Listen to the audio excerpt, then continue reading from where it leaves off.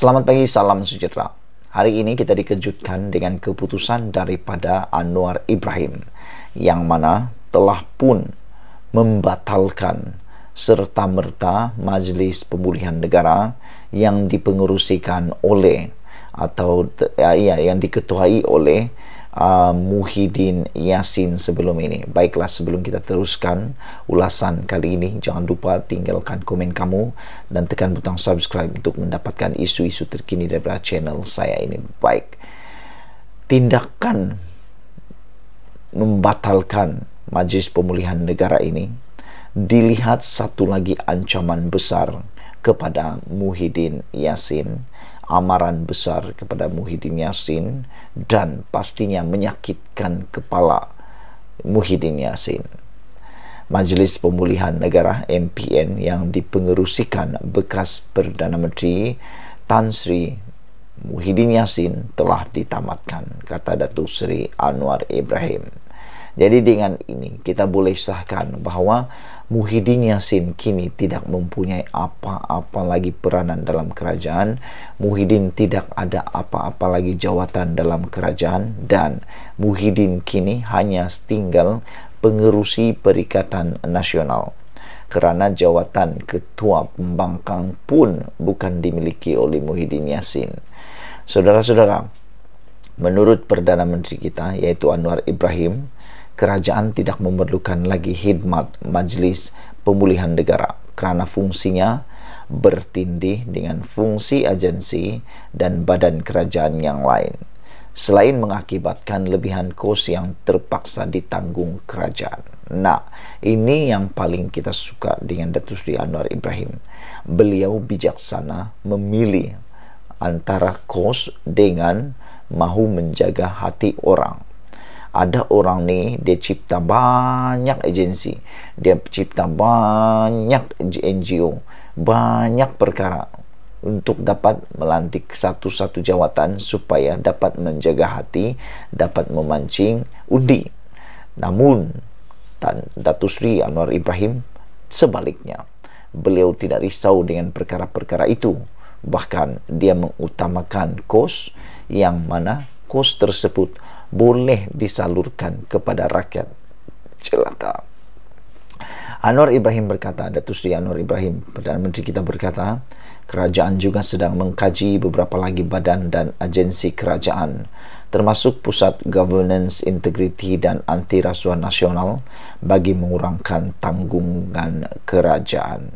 Pada pendapat saya, saudara-saudara, mana-mana agensi yang kelihatan tidak berfungsi ataupun bertindih fungsi dengan agensi yang lain memang patut dibubarkan atau dibatalkan serta-merta.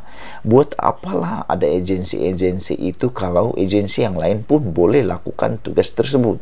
Bayangkan sajalah kalau peruntukan untuk agensi itu untuk setahun memakan belanja sehingga berpuluh juta, bahkan ada yang beratus juta. Bukankah itu boleh lebih baik peruntukan itu disalurkan saja untuk membangun rakyat, membangun negara? Saudara-saudara, MPN dibatalkan. Itu juga satu badan yang bertindih, satu jawatan untuk memenuhi keperluan ketika itu, kata Anwar Ibrahim. Ada cadangan berkenaan GIACC dan kita akan teliti kerana banyak badan yang berlaku pertindihan. Kalau bidang itu boleh dikendalikan oleh SPRM atau PDRM, itu kita nak kurangkan kerana tiap agensi bertindih akan ada kos, kata Datuk Seri Anwar Ibrahim. Yang penting dalam pusat GIACC itu, prinsip itu diterima, tapi tak boleh terlalu banyak seperti mana saya lakukan dengan Ketua Setiausaha Negara. Malah tugas Perdana Menteri pun banyak saya lepaskan supaya tanggung jawab kepada timbalan-timbalan Perdana Menteri. Tapi kalau boleh digabungkan lebih elok, kata Anwar Ibrahim lagi. Beliau berkata demikian dalam sidang media selepas selesai mempengerusikan mesyuarat Jemaah Menteri di bangunan Putra Perdana Putra di sini hari ini. Dalam pada itu, Anwar Ibrahim juga berkata, Jemaah Menteri juga telah meminta Kementerian Dalam Negeri dan Kementerian Sumber Manusia untuk mempercepatkan kemasukan pekerja asing bagi memenuhi keperluan 3 sektor utama, yaitu peladangan, perkhidmatan, dan pembinaan. Ketiga-tiga sektor ini harus diberi tumpuan kerana kelewatan kelulusan menyebabkan usaha pengeluaran terganggu, kata Datuk Seri Anwar Ibrahim. Selain itu, Perdana Menteri juga berkata, Jemaah Menteri juga bersetuju agar agensi kerajaan berkaitan kelulusan perniagaan dapat bergerak dengan lebih efisien.